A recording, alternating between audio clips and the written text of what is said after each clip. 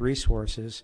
I don't have the staffing to staff this unit, not in 6 months, not in 18 months, given our current staffing projections. So that isn't it at all. It's the best use of resources that we can make with our existing paramedic or people that are trained in paramedicine. And it does interfere with our plans to expand the ALS services to stations 2, 4, and 10. I think that this is how it starts, though. Yeah, it starts by by providing things like this, providing the staffing for it. I mean, you're talking to a body here that appropriates dollars for these things, so it's a little puzzling for me that you wouldn't be open to more capabilities in these stations here, and certainly like Station 2. So, Councilor Benton, it'll be Councilor Benton, then Councilor Winter, then Councilor Sanchez. Well, I guess I have a question for Chief Breen. Chief, when you sent the original executive communication regarding the construction of Fire Station 2 in 2010, part of the rationale for constructing a new 12,000 square foot 3-bay fire station in your own executive communication said, while the current Fire Station 2 houses only a single engine company, the new Station 2 will also have an advanced life support rescue response unit assigned as well. And that was always my understanding before your your tenure as chief and since your tenure. And you and I worked together, and it wasn't easy getting that station built, and I commend you, and I thank this administration for working so diligently to get it built. But it's not the same, and I support what you want to do with ALS and the engines. I support that, and I think most people do. But to have the only 2 stations that only have the engine with ALS, still it's not the same as a unit with 2 staffed by 2 persons and that's capable of transport. I mean, I'm sure you acknowledge that's not equivalent. There was a leading question that made it sound as though it was. Mr. President, Councilor Benton, it's a way to supplement that capability. Understood. Okay. So but they're not equal. No. And just with regard to the statements about the neighborhoods, maybe they want to come back down and answer, but there's some implication that you don't understand what we're talking about here. If you'd like to come down, I really think that the neighborhood folks who came to speak deserve to answer that question. Also, as much as I love the Kirtland Community Association, this is not only about them. This is about providing higher quality service throughout Council District 2. We do understand that. I think that it's good for advancement, but start in someone else's area. Let us have what we need right now. And I think to save money, or if you can double up, that's good. We do understand that's what it's going to be, but we don't think that's best for us right now.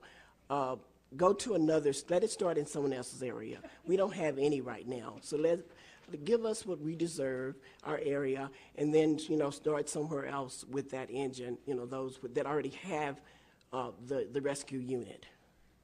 Does that answer your question? And yes, and thank you. And just wanted to be sure that, because there was an implication that you didn't know what you were talking about. No, we understood.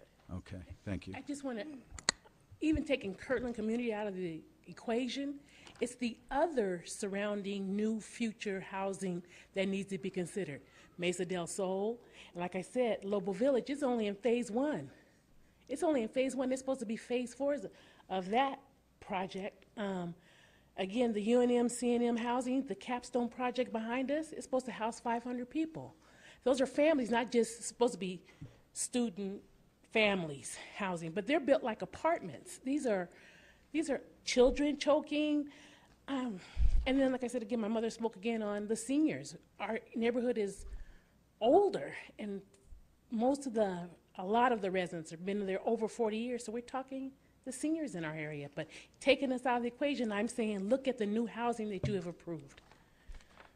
Thank you. Councilor Winter, then Councilor Sanchez. I think Councilor Sanchez might have some questions for you, so you may want to hang close. Thank you, Mr. President. Councilor Winter. Chief Breen, what is the long-range plan for this? Is the long-range plans to phase out rescue units and just to put units on engines in the far distant future? Is that what we're phasing out to do? Mr. President, Councilor Winter, no, not at all. An EMS and fire system, emergency response system, needs to have a certain level of redundancy. So in the event that multiple units are out of service, there are still some units available to take the 911 call for the true life-threatening emergencies.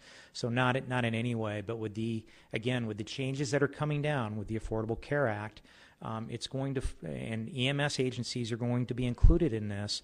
More than likely, what you have known as a traditional fire service design for service delivery is going to change. It's going to evolve into something that's going to be more efficient. There was a lot of discussion in the National Fire Service about response times, and most of the calls that we go on, more than 50%, are non-life-threatening or urgent care or even sometimes routine health care type responses. So you're going to see a change in the way that we deliver our services, and probably changes to our response times as well for those non-emergent type calls. So lots of discussion and lots of things are being thrown around in the National Fire Service about where this is going. Okay, Chief, just real quickly, and I got some of those reasons there. What are your reasons now for not wanting to purchase the rescue unit now? I mean, you said something about not being able to staff it, about services going to be outdated. Can you just briefly go over those again so I can understand? Well, Mr. President, Councilor Winter, staffing is a matter of having qualified or trained paramedics able to provide for that service.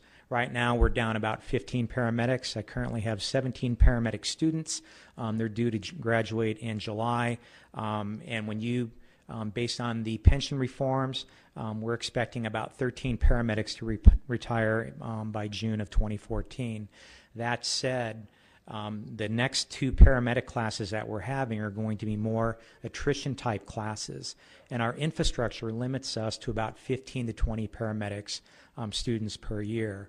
And so that said, the earliest that we'd be able to implement this or staff it without overtime would be somewhere around July of 2015 based on current projections.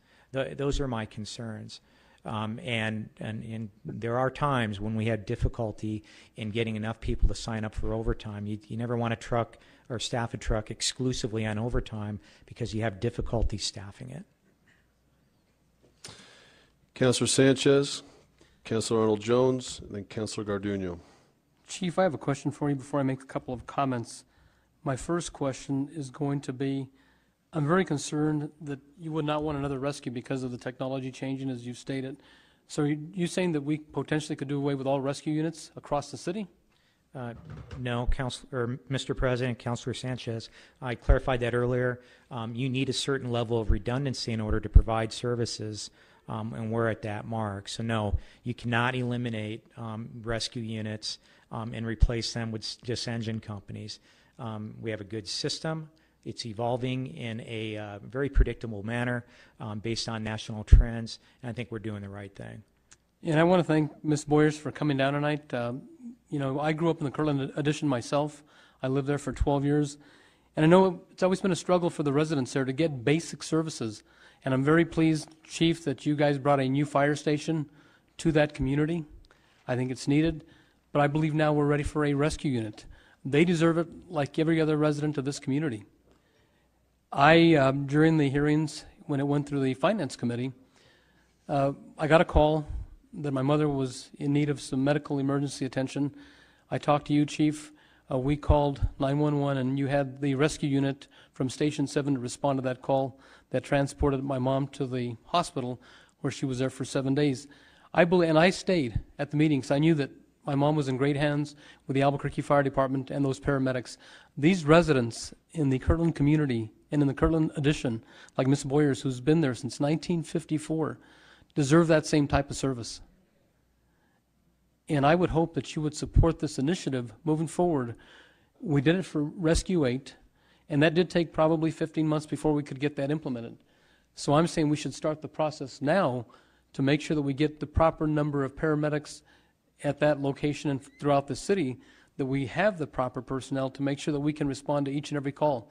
When an individual picks up that telephone and dials 911, what they are looking for is an immediate response.